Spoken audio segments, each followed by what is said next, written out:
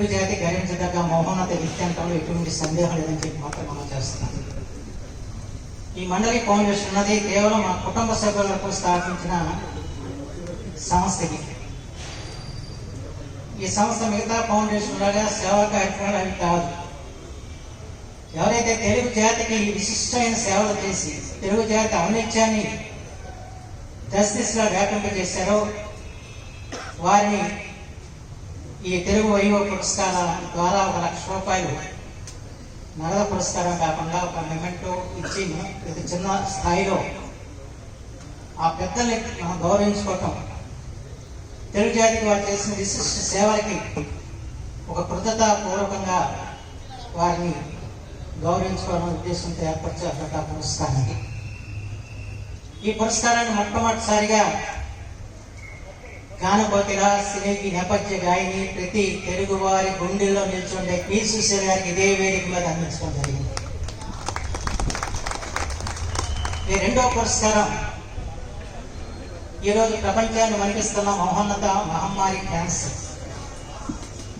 ఆ క్యాన్సర్ వ్యాధి నిర్ధారణ కోసం అనేక నూతన ఆవిష్కరణని తీసుకొచ్చిన వ్యక్తి మన తెలుగువాడు డాక్టర్ మోదీ దత్తాత్రేయ గారు.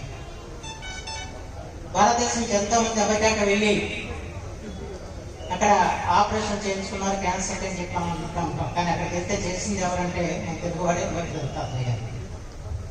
ఆనాడు రాష్ట్రపతిగా ఉండి నేను సంజయ్ రెడ్డి గారికి క్యాన్సర్ వచ్చిందంటే అందరూ కంగారు పడ్డారు. ఆయన అమెరికాకి వెళ్ళి మరి ఏం చేత ఆపరేషన్ చేయించుకున్నారు.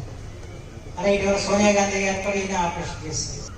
వారు అక్కడ చికిత్స చేసినప్పుడు బసవతారకం గారు ఒక మాట అన్నాడట, నాకంటే ఇక్కడ ఆర్థిక స్తోమతంలో ముఖ్యమంత్రి సత్యమణి గారు నన్ను అమెరికా తీసుకొచ్చి నాకు వైద్యం అందించాను, కానీ ఒక సామాన్యులు పేదవాళ్ళకి క్యాన్సర్ వస్తే వాళ్ళకి వైద్యం అందించే పరిస్థితులు లేవు కదా, దానికి ఏదైనా ఆలోచించండి అని చెప్పినప్పుడు అప్పుడు ఎన్టీ రామారావు దత్తాత్రేయ గారు దగ్గర కూడబలుకొని బసవతారకం క్యాన్సర్ హాస్పిటల్ని స్థాపన చేయడంలో ప్రధాన పాత్ర వహించిన వాడు డాక్టర్ మోదీ దత్తాత్రేయ గారు.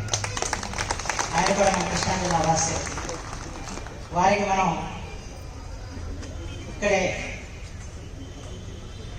పురస్కారం అందించడం జరిగింది.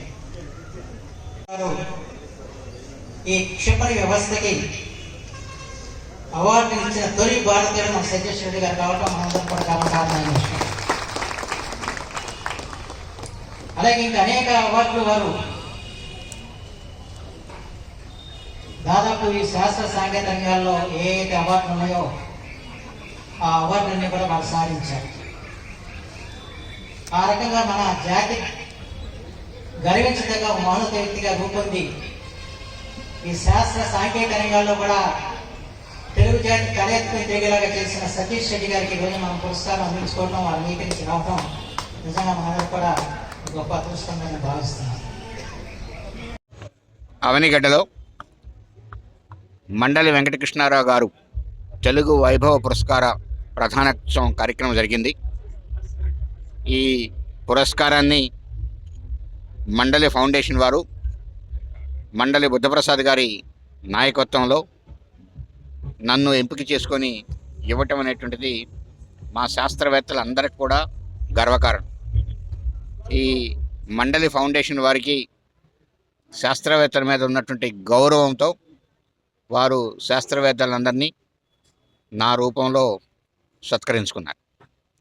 అలానే ఈ ప్రాంతం రావటం అనేటువంటిది చాలా ఆనందకరమైన విషయం.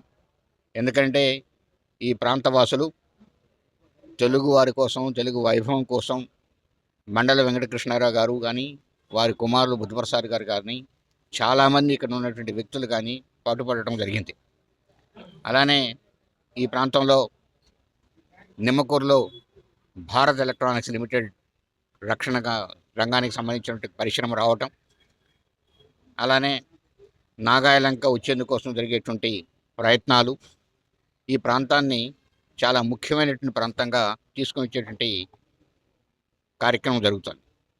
రాబోయే రోజుల్లో ఈ ప్రాంతంలో మచిలీపట్నంలో ఉన్నటువంటి పరిశ్రమలు ఏవైతే ముఖ్యంగా రక్షణ రంగానికి సంబంధించినటువంటి ఒక 2-3 ఏవైతే ఉన్నాయో బిఈఎల్ కానీ లేకుంటే ఎస్ఎస్ పాలిమర్స్ కానీ ఈరోజు నిమ్మకూరులో వచ్చినటువంటి బిఎల్ కానీ మనం అందరం కూడా ఆశిస్తున్నటువంటి నాగాయలంకలో క్షిపణి కేంద్రం కానీ ఇవన్నీ కూడా ఈ ప్రాంతాన్ని రూపురేఖలను మారుస్తాయని చెప్పి ఖచ్చితంగా ఆశిస్తున్నాను. ఈ పురస్కారాన్ని నాకు ఇచ్చినటువంటి మండలి ఫౌండేషన్ వారికి, ముఖ్యంగా గౌరవనీయులు మండలి బుద్ధప్రసాద్ గారికి హృదయపూర్వక ధన్యవాదాలు తెలుపుకుంటున్నాను.